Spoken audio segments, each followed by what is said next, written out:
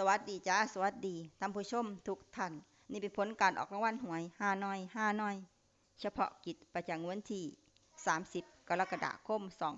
2569รางวัลเลข2ตัวล่างเลขที่ออก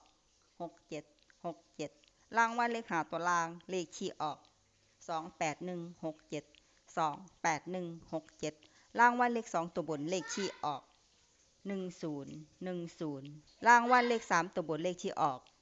810รางวัลเลข5ตัวเลขที่ออก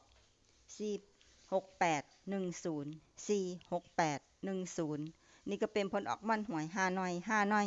เฉพาะกิจประจำวันที่30กรกฎาคม2569ขอให้โชคดีมีชัยถูกหวยฮานอยเฉพาะกิจได้รับเงินกันทุกคนด้วยจ้าฝากไว้ในเด้อจากซับสไครบ์กดติดตามและเป็นกำลังใจขอขอบคุณทุกท่านที่เข้ามารับชมและรับฟัง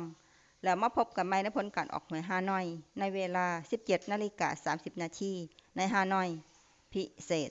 สำหรับครั้งนี้ขอบคุณและสวัสดีจ้า